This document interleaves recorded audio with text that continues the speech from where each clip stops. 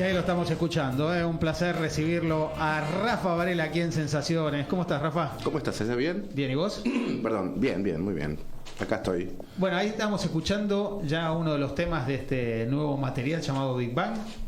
Exactamente. Pero antes... Me acerco al micrófono, perdón. Sí, andamos viéndolo. Dale. Se escucha bien ahí, ¿no?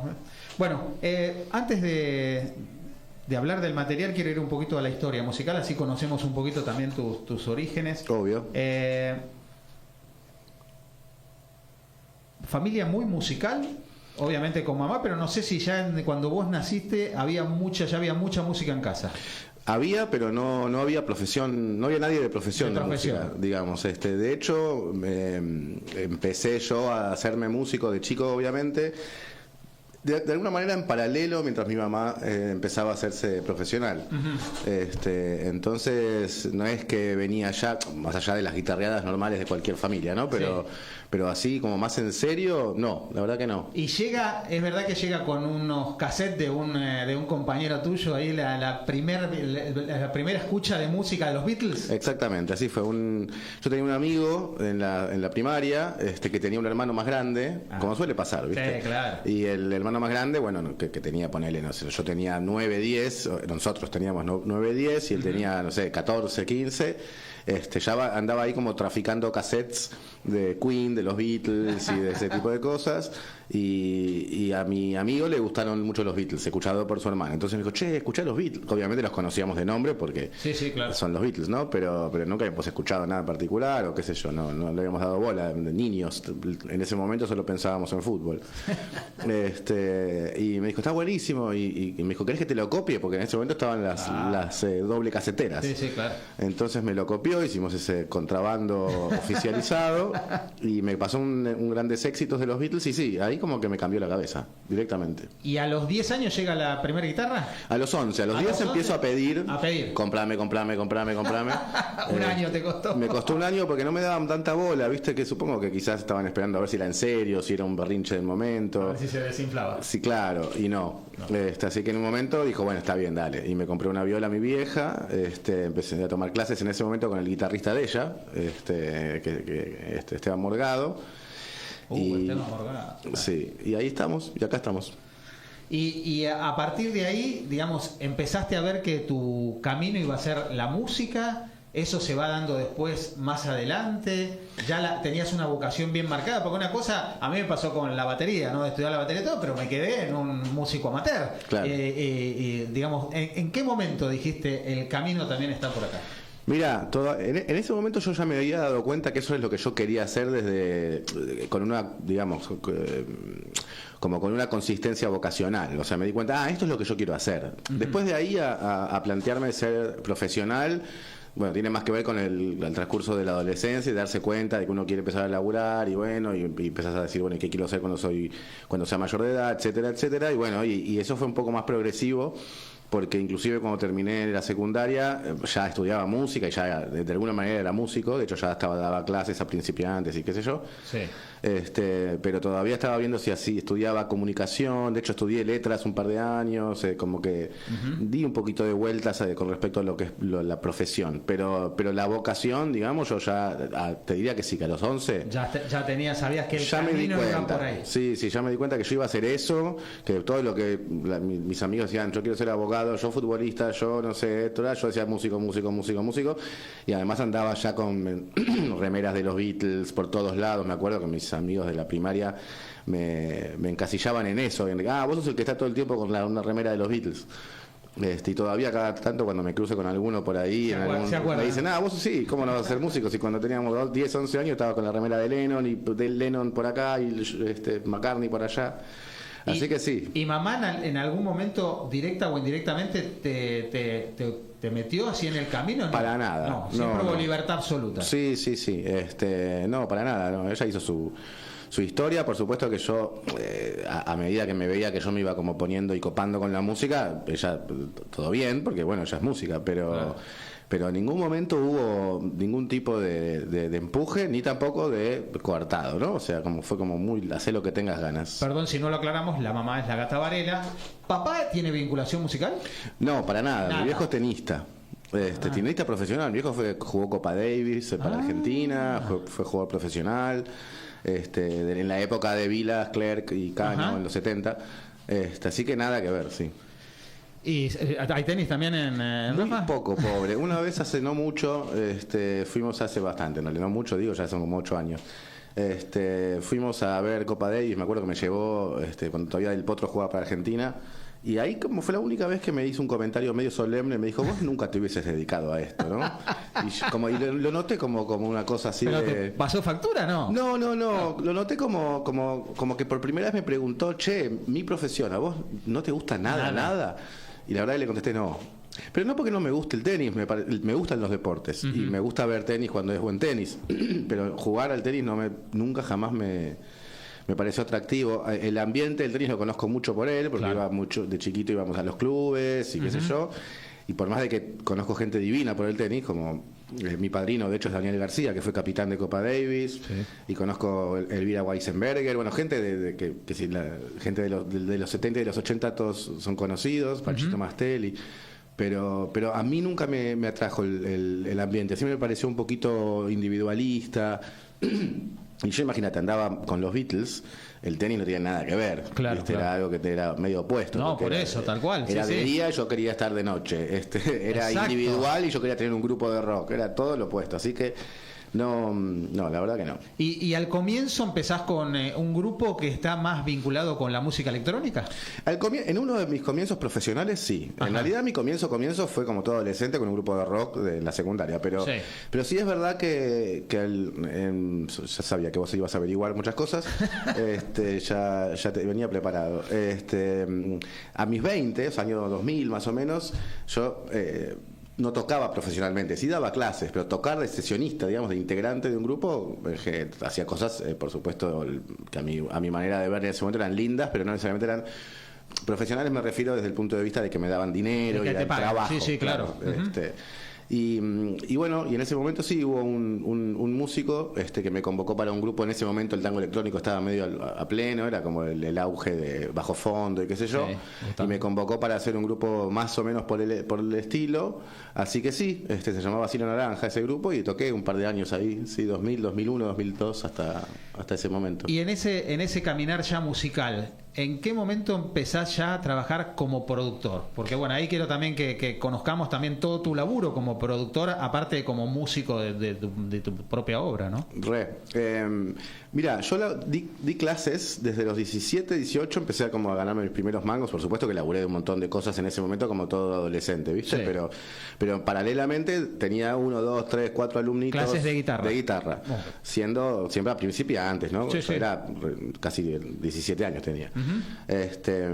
Pero bueno, para después de los 20, 21 ya como que era un guitarrista relativamente serio, por decirlo de alguna manera. Entonces podía dar clases un poco más seriamente también. Y entonces me empecé como a hacer mi laburo de dar clases. Y toda esa década, desde mis 20 hasta mis 30, o sea, básicamente me convertí en adulto, me emancipé, me fui con en ese momento mi mujer, tuve mi primera hija, todo, básicamente dando clases. Ese era mi primer laburo. Sí. O el laburo...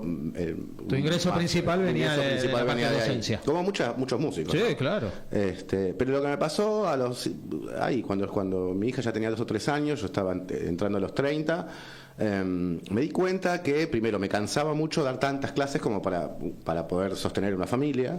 Tenía que dar mucha cantidad de horas para, claro, 20, 25 horas por semana. Me cansaba, y además de alguna manera indirectamente me alejaba de la música, porque estaba todo el día sentado con la viola, tan encapsulado ahí que claro, cuando se iban los alumnos no quería seguir en el mismo cuarto con la viola puesta, me quería ir a otro lado, quería salir. Entonces me di cuenta de como que estaba como de alguna manera empezando a estar en conflicto con la profesión de docente. Y entonces empecé a pensar, bueno, tengo que buscar otra forma de laburar. Y bueno, y una alumna justamente en ese momento, una señora, una mina más grande me refiero, que hacía música muy linda, hacía como música ciudadana, qué sé yo, me dijo que ella venía a estudiar guitarra, pero que quería grabar un disco, que estaba viendo cómo hacer, no sé qué. Y yo le dije, te lo produzco yo. Y como que lo vi, ¿viste? Dije, te lo produzco yo, te hago los temas, hago los arreglos, llamo a los músicos, si es que querés que haya otros instrumentos, bla, bla. Dale, buenísimo, qué sé yo. Bueno, ella es Julia Moro, le produje su primer disco en 2010 creo que fue. Todavía está ese disco, todavía está en Spotify ese disco, se llama Hilandera del Viento, ese fue el primer disco que yo produje y ahí como que me encantó, ¿viste? Eso, en principio empecé a conocer otros músicos porque decía, uy, acá estaría bueno que haya una armónica, llamé a un armoniquista, esto estaría bueno que haya esto, y armé un grupo para tal tema, empecé como a tener otra actividad y por otro lado es un laburo que se cobra mejor. Entonces desde ¿Estás reconocido en el ambiente, sobre todo a veces no en el del primer nivel, ¿no? En quizá en el trabajo del productor en la Argentina? Si está reconocido, sí. Económicamente sí, ¿Sí? Desde culturalmente no. Económicamente sí porque casi nadie labura sin productor. Eso quiere decir que hay un trabajo, hay un espacio laboral para el productor. Porque es muy difícil, si no, para un artista poder hacer un material con lo que vos podés contar, relacionarse con los músicos, los arreglos, esto para este tema, esto para el otro tema. Si no tenés alguien ahí que te vaya que guiando, te organice, que te vaya llevando, olvídate. Exacto, y sobre todo si querés cosas que no sabes hacer. De repente, si sos no sé, me ha pasado de todo, ¿no? Como productor, pero no sé, una cantante que dice, me encantaría cantar este tema con cuarteto de cuerdas. ¿Y quién escribe? ¿A quién le escribe? Claro. ¿Quién lo llama? ¿Quién arma el arreglo? ¿Quién dirige? ¿Quién todo? Bueno, eso es un productor. Claro. Por supuesto que también a veces pueden ser los músicos que participan de cada canción, pero en general eso hace que sea más disperso todo, siempre que haya una cabeza. Entonces, desde ese lugar, conozco muy poca gente que se graba sin productor. Lo que sí, mucha gente se autoproduce, ¿no? Sí. Pero la gente que no sabe producir o que de alguna manera no puede resolver por los conocimientos propios todos los desafíos, digamos, que tiene hacer un proyecto musical, llama a un productor. Y a partir de ese primer material, ahí empezaste el camino también de productor. Exacto. Ese disco lo escuchó una persona, esa persona, otra música, me llamó para que le haga otro disco, empecé a decir, soy productor, me llamaron. ¿No? Claro. Y desde ahí, 2010 literalmente hasta enero del 2024, o sea, el año pasado, no tuve ningún momento sin estar produciendo al menos un disco de otra persona. Y el primer momento fue que yo dije, uy, se cortó el chorro. No, por suerte no fue eterno, ya hemos vuelto. Pero fue cuando asumió Milei y todo se empezó económicamente y sobre todo el ambiente artístico. ¿Sentiste ahí el parate? Sentimos todos, los artistas me refiero, ¿no? Así que por suerte sí, fue algo que se fue dando, ¿viste? Y con respecto a lo que me decías de si era reconocido el laburo, desde lo cultural no. O sea, mucha gente no sabe, mucha gente no se fija quién produjo, ¿viste? Así que a todos los oyentes les digo, si te gusta una música, un disco, métete en Spotify, poné botón derecho, créditos, y dice productor, producción. Yo creo que también el gran problema era que yo que soy de la generación del físico, discos, claro, lo más lindo que tenía el disco, aparte de escucharlo, era que ahí dabas vuelta y veías ¿quién toca el charango en el cuarto tema? Mirá, lo toca, mirá, ahí tenía una radiografía perfecta. Con todos los dispositivos digitales se ha perdido mucha de esa información. Vos acabas de decir, si no, mucha gente ni va a ese botón ni busca crédito. Entonces, y ahí solo dice la producción, la composición, si el sello o la persona individual que haya publicado esa canción le dijo, voy a poner, porque mucha gente no lo hace. Claro. Lo que no puedes saber son más, como bien decís, son los instrumentistas. Claro, entonces cuando hice la publicidad de mi disco, que la hago individual, porque soy músico independiente, este último disco, qué sé yo, en la publicidad puse la tapa del disco, al lado corres la fotito y ves la lista de temas, y al lado corres y ves quiénes tocaron. Lo hice porque me gusta que esté presente eso. Claro. Bueno, y ahí en ese camino de productor, hiciste producción para muchos artistas, entre ellos también con tu mami. Entre ellos mi mamá, sí. ¿Fue muy difícil? No, al contrario. Laburar con mi vieja es más fácil que laburar con la mayoría de los artistas, sinceramente. Y no particularmente porque sea mi mamá una artista importante, sino porque es una mina que es fácil trabajar, es relajada, tiene confianza en lo que hace. Eso es lo más importante. Sobre todo cuando uno produce, en general, muchos artistas tienen inseguridades lógicas. Claro, Entonces ahí uno es un poquito psicólogo, dice, bueno, esa toma está bien, no, pero me parece que, no, bueno, vamos, ¿querés grabar otra? Bueno, grabamos otra, bueno, como... Mi vieja es como, bueno, ya está buenísimo esto, va, pum. Che, ¿te gusta el arreglo que hice para tal tema? Está buenísimo. Siempre es así, como confía mucho, y no solo conmigo, porque soy el hijo, digo, es lo mismo con su productor de siempre, de tango, digamos, Marcelo, o con los que ha tenido en otros momentos. Y para un productor, perdón que te vaya por ahí porque No, siempre es muy interesante perfecto. y tengo la oportunidad de Pero poder obvio, hablar con un no, gran productor. sí, es lo que soy. El tema del productor. Perdón la tos, estoy saliendo de una gripe, ¿viste? Y estoy con esa tosecita del final. ¿Se especializa en un determinado género? ¿Sos productor de un determinado género? ¿O en el caso que acabas de hablar de tu vieja, que de golpe vas por el tango, pero vas con otro artista por el lado más de lo melódico, de lo, no sé, del rock? ¿De qué manera se trabaja como productor también? Bueno, depende de cada uno. En ese punto hay muchos productores. Es como si soy chef. Bueno, ¿qué haces? Comida japonesa, asado, comida gourmet, Los dulces. Los dulces, claro, pastelería. Bueno, depende. Bueno, acá es lo mismo. Hay muchas formas de ser productor. Hay productores, por ejemplo, productoras que reposan un poquito más en la parte técnica y no necesariamente se involucran tanto con la parte artística. Por ejemplo, es más como, bueno, lo que hacen es grabarte bien, escuchar la música que haces y decir, bueno, entonces lo voy a hacer sonar de tal manera, en cambio de decir, che, a ver si nos fijamos de vuelta al estribillo, a ver si está bien o está mal, che, no habrá que cambiar de tono la canción porque te queda alta, te queda baja, che, y si le metemos unas cuerdas acá, o si, viste como... Sí, sí. Eso ya es la primer diferencia. O sea, hay muchos productores, grandes productores, que se dedican más a eso, a hacerte sonar bien, más que a involucrarse en lo artístico. Yo soy de los otros. También, obviamente, te hago sonar bien, pero a mí lo que más me interesa es involucrarme en lo musical, como por ejemplo George Martin, que metía sus solos en los Beatles, ¿viste? Ese tipo de producto. Sí, claro. No al nivel de George Martin. No, está bien, pero de esa manera de incursionar ahí, claro, metiéndote adentro. Exacto, exactamente.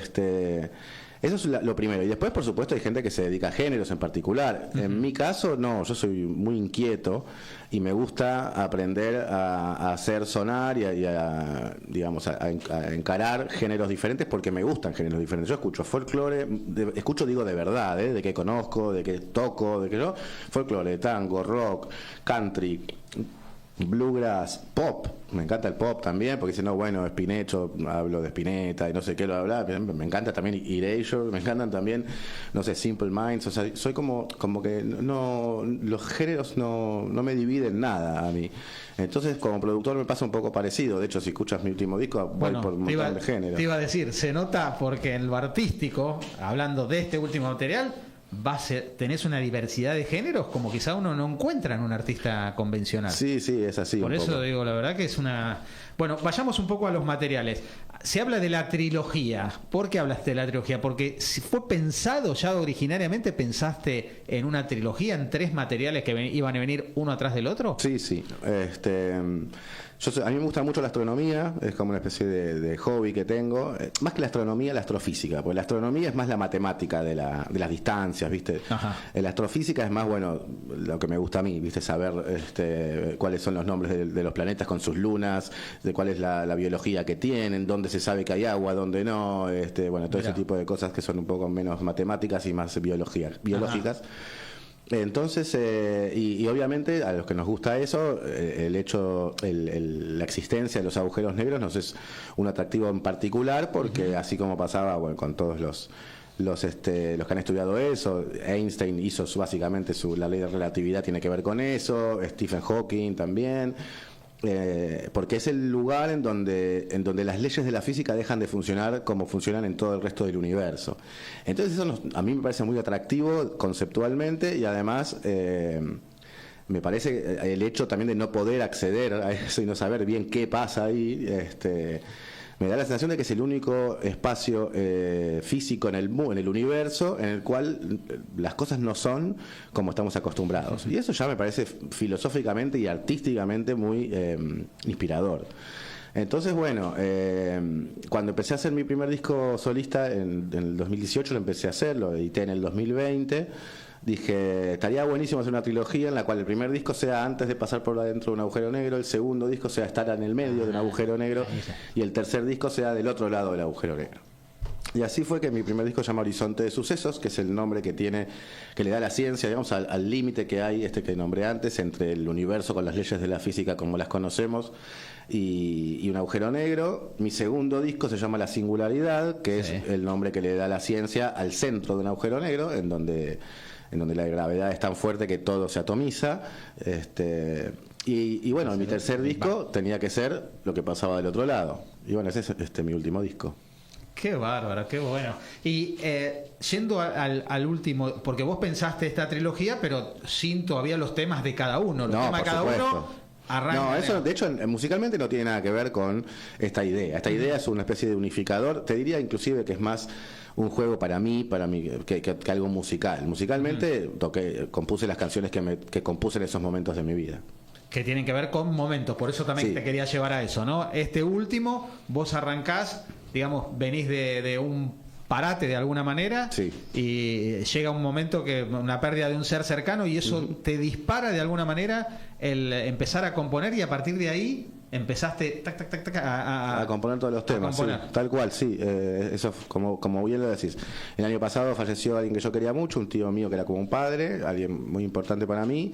Y bueno, obviamente fue un garrón, pero al toque me salió componer una canción para él que se llama Te Vas y está en mi último disco que se llama Big Bang. Y me di cuenta que, me di cuenta, nada, en realidad era lo que uno ya sabía, pero bueno, me pasó que dije, uy, claro, volver a componer me está no sacando de la tristeza, porque la tristeza esa siempre se queda, pero digamos, transmutar en arte y en creatividad esos sentimientos es una hermosa forma de atravesar los momentos duros, ¿no? Como claro. Entonces dije, mejor agarro el envión. Y al toque tocaba McCartney en River, que es octubre.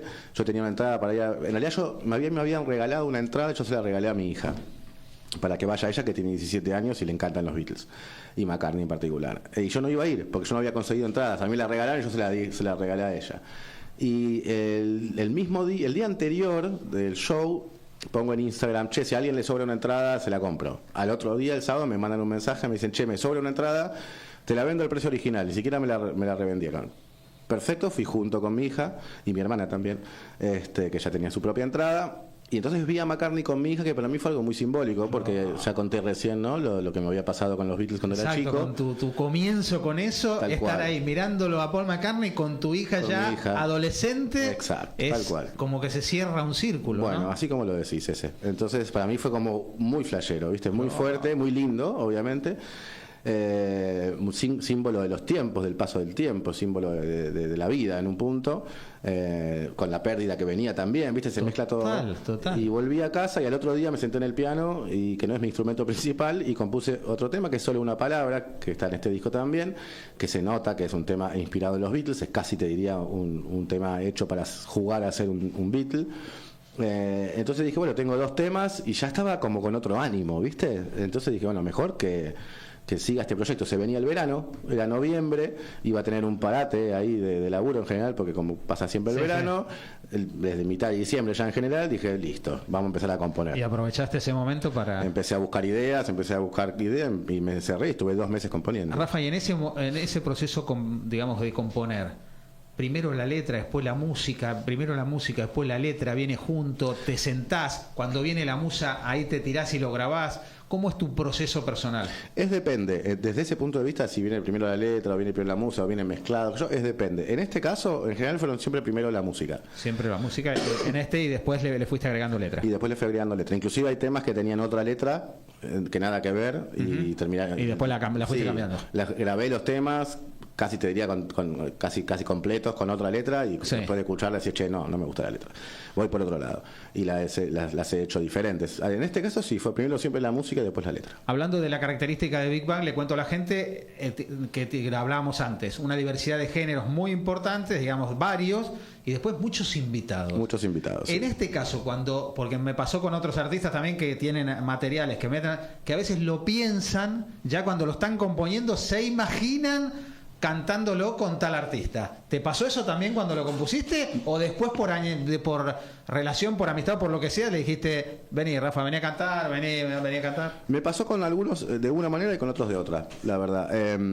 Con las únicas en realidad que me pasó que cuando estaba componiendo ya sabía a quién quería llamar.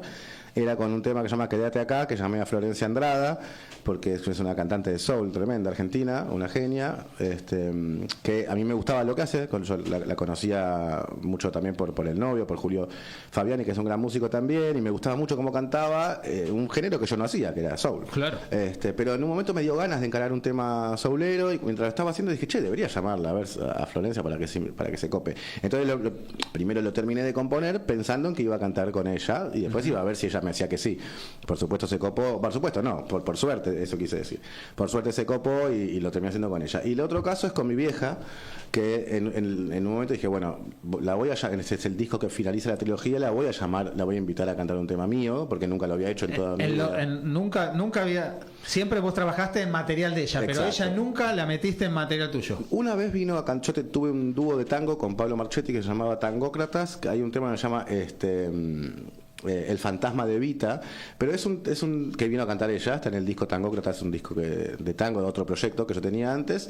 En ese sí vino a cantar, pero es una letra de Pablo, no mía. Yo le puse la música, pero se la puse más como acompañar un poema de otra persona. Por supuesto que el proyecto era mío también, pero desde el punto de vista de la composición era algo, de alguna manera, al servicio de la poesía de Pablo Marchetti. Así que sí, de música mía, sí, absolutamente es la primera vez. Y lo pensaste ya con ella. Y yo ya sabía que ella me iba a decir que sí, obviamente. Entonces ahí dije, bueno, voy a componer un tema para cantarlo con ella. ¿De qué quiero que hable el tema? Bueno, estaría bueno que hable de la ciudad de Buenos Aires, que sea dramático, porque ella me parece que le queda súper bien la música cuando es así como con mucha interpretación. Y ahí está el tema Ciudad Corazón, que es mi tema para esta ciudad tan particular que tenemos. ¿Y el resto de los invitados cómo los fuiste sumando? Los demás, por ejemplo, el tema con Julián Cartoon, que es el que abriste en el programa, antes de hablar, yo ya lo tenía compuesto es el único que tenía compuesto antes. Lo tenía compuesto de hacía 1 año y medio y sabía que lo iba a querer usar después porque me gustaba mucho. Sí. Y dije en un momento, bueno, viste que empieza como medio rapeado. Entonces dije, che, estaría bueno compartirlo con alguien. Me dieron ganas en principio también de que en el disco haya otros cantantes porque me aburro de mí mismo como cantor. No es que me parezca que sea un mal cantor. Antes que sigas hablando de los invitados, sí. Está bueno aburrirse, porque lo escuché varias veces, esto me aburro. Está bueno aburrirse de lo que, digamos, te lleva a accionar cuando te pasa eso. A mí ¿no? sí, sin duda, qué sé yo. A mí el aburrimiento es algo que me persigue. Mira, con mi tío que falleció, Sí. que contamos antes, en una charla que tuvimos a las 2 de la mañana, unos meses antes de que él se fuera a otro plano, estábamos filosofando un poco por teléfono, y en uno le dije, para mí el mayor problema del mundo, del ser humano, es el aburrimiento.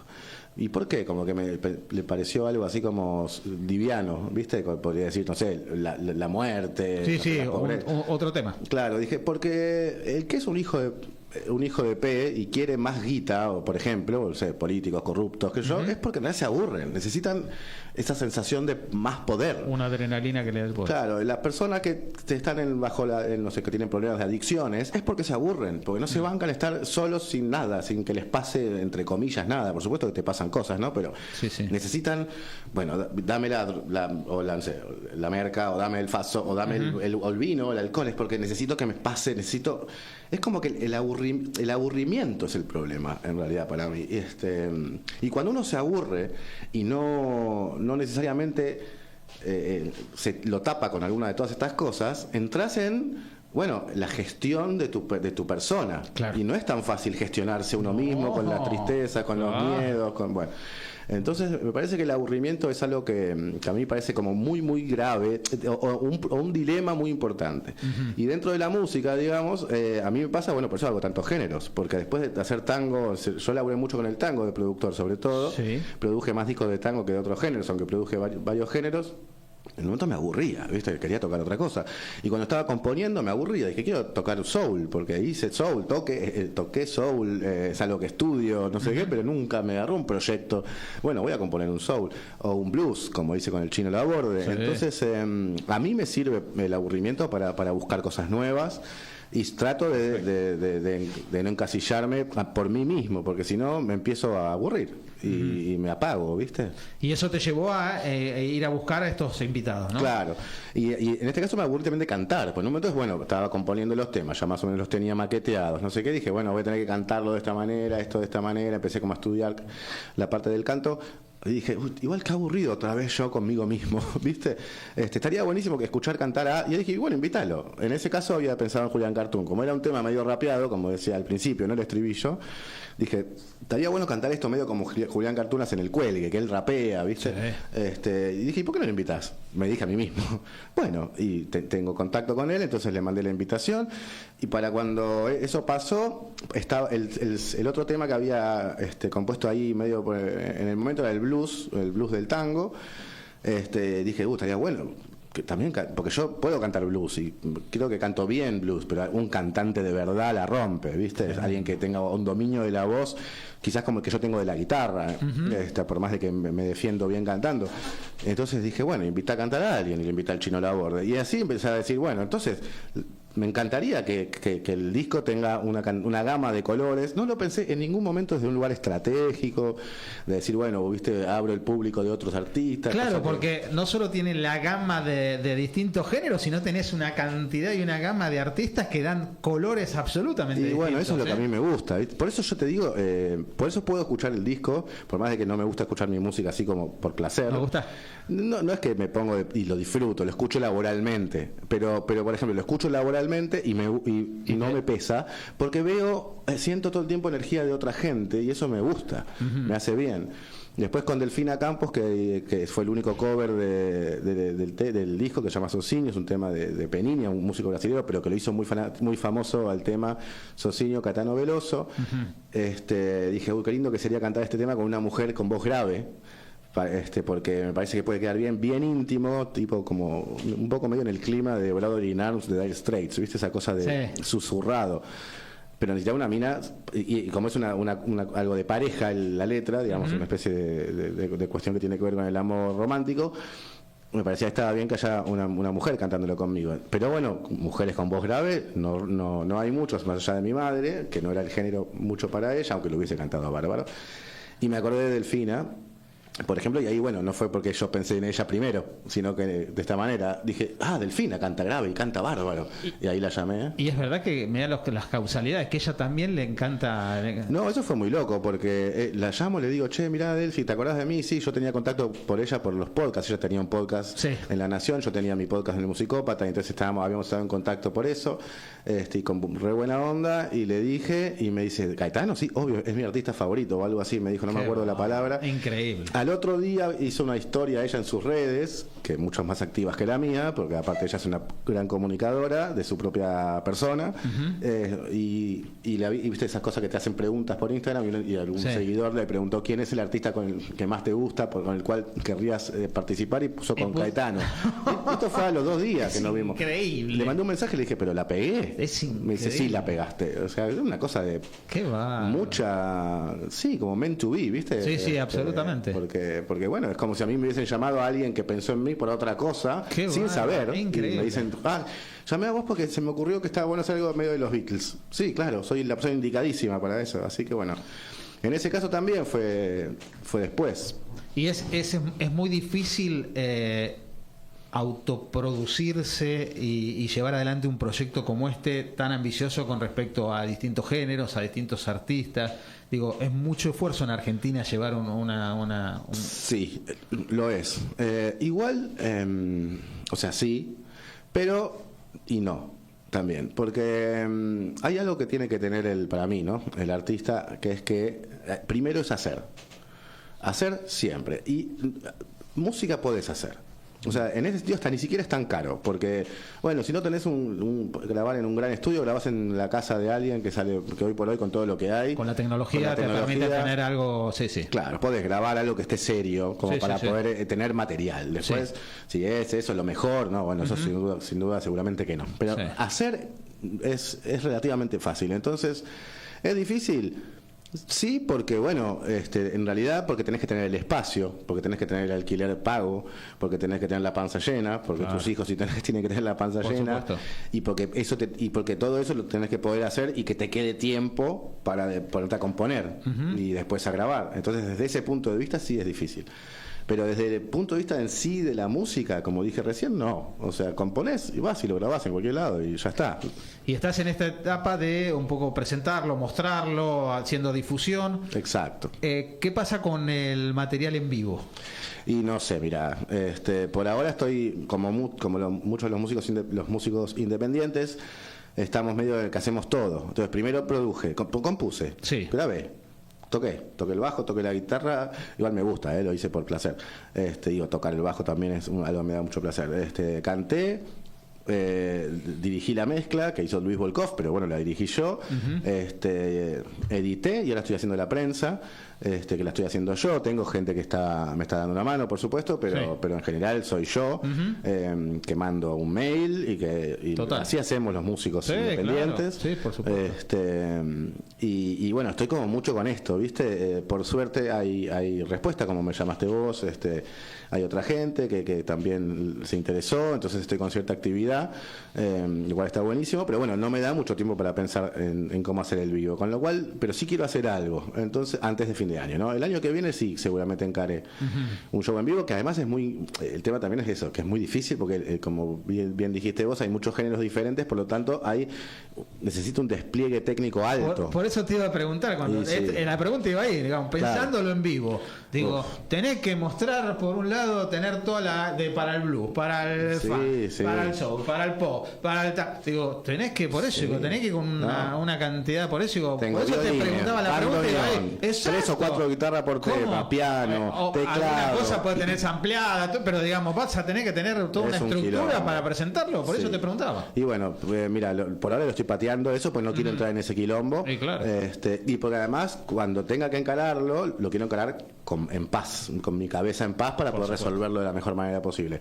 Entonces, lo que sí voy a hacer, lo que tengo pensado hacer seguramente en octubre o si no en noviembre, es un evento de escucha, que es algo que se viene usando cada vez más. Cada vez más. Eso sí lo voy a hacer porque eso es mucho más simple. Buenísimo.